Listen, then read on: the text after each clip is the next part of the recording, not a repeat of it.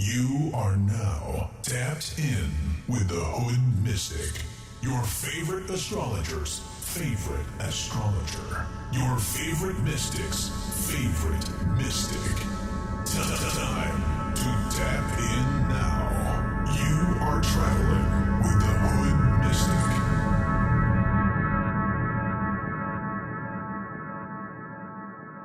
Mystic. You are now tapped in.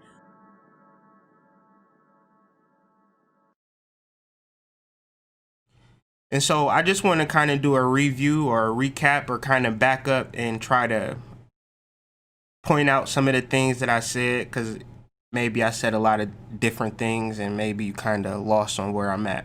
So the idea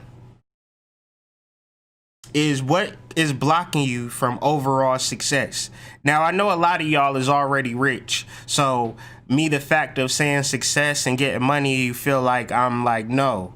But success and rich and wealth is not based upon financial monies, because y'all already got that. And a lot of people already got that, but they still searching for something more. They're still trying to figure out, like, I thought that everything was about money. I thought that everything was about being a wife. I thought that everything was about taking care of my family, but I'm still empty. Okay?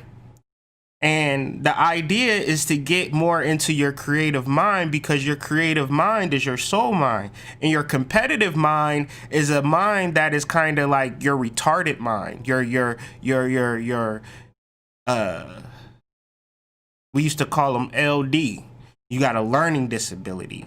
You're always competing with people. You're always looking at what other people are doing and comparing it to the shit that you doing, as if it matters, as if you don't have way more within you to cultivate and bring to the light, based upon you focusing on your creative mind and your successful mind.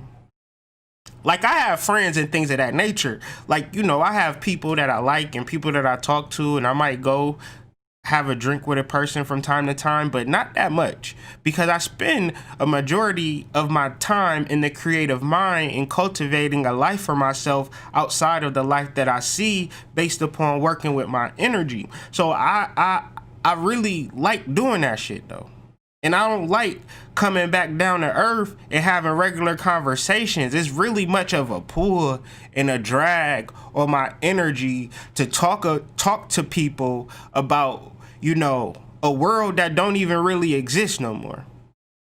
Like, it used to be shopping centers and malls when I was growing up and things of that nature. That shit is done. Like, that shit look like, and they even replaced the malls. Like, the malls is just still there, just dilapidated and just toe up. And it's like, you know, I'm just trying to get this money, and, you know, all right, how we gonna create these revenue streams? Crickets. Okay, I'll talk to you later. It was nice having a drink with you. But more, it's like, it's so much within me that needs to come out and that needs to be creative. Like, I need people that's trying to create on that level, and you might not need that. But I'm just speaking on me and dealing with the creative mind versus the competitive mind, because ultimately anything outside of creativity is competitive in a certain aspect, idea, level, or understanding. Somewhere, some form or another, you're competing, because the idea is that there is not enough. I don't have enough. I need more, and I don't know what to do about it, because I just need more. Or I need to be better than him, or I need to be better than her. Damn, she got a lot of followers. Damn, he got a lot of followers. It don't really matter, because you're going to have a lot of followers too, but we need you to come out with that information.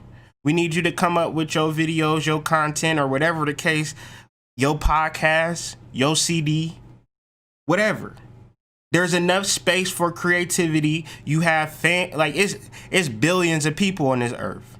If you deal with, you know, a percentage of the population, then you're dealing with a multitude of people, regardless, because there's billions of people on the earth. And you just need to figure out where your creative energy lies outside of your competitive energy. So your competitive mind is a place from which most of the daily life and that of those around you operates. It is the mentality that the resources are scarce, times are tough, and there must be winners and losers. It leads to a natural sense of distrust and inherent competition in everything we think or do. How do you get out of this though? You got to really think about other people and helping people. Like, man, it's very like, man, like dog, like, man, like shit. like it's so many, like you can help people. Like, but you can't help people if you constantly thinking about you or helping people for your own vain reasons, for everybody to look at you like, oh shit, like, you know, that nigga is that nigga. He be really helping people. Like, you know, look at me. I'm the helper out here. So my thing is, you shouldn't think of it in that way. Like, I help people and deal with people on a level where, like, it's multitudes of people at this point, but I don't even speak on that shit. I'm just pushing on, doing what I've been doing and whatever the case may be. But I know that I got a lot of people that I've helped. So in that space, based upon Zig Ziglar, I don't necessarily have to worry about shit, because in my actual daily, everyday life, I'm out here helping people. And I'm out here doing the work and helping myself, loving myself, taking care of my family, you know, make sure my wife is good, make sure my kids is good, make sure I'm good. Like, you know, people hit me up on the message or whatever. It's just like, you know, whatever, I got you. Or maybe I can't do it right now, but I got you in the future, or whatever the case may be. But, you know, it's all about opening yourself up to your creativity. And the creativity that I've, you know, developed has actually been the medium for which I'm helping people. And that's just my example of the difference between creativity and competitive. Like, the reality is, like, I ain't really sitting here worried about what another person is doing on their channel or with their life.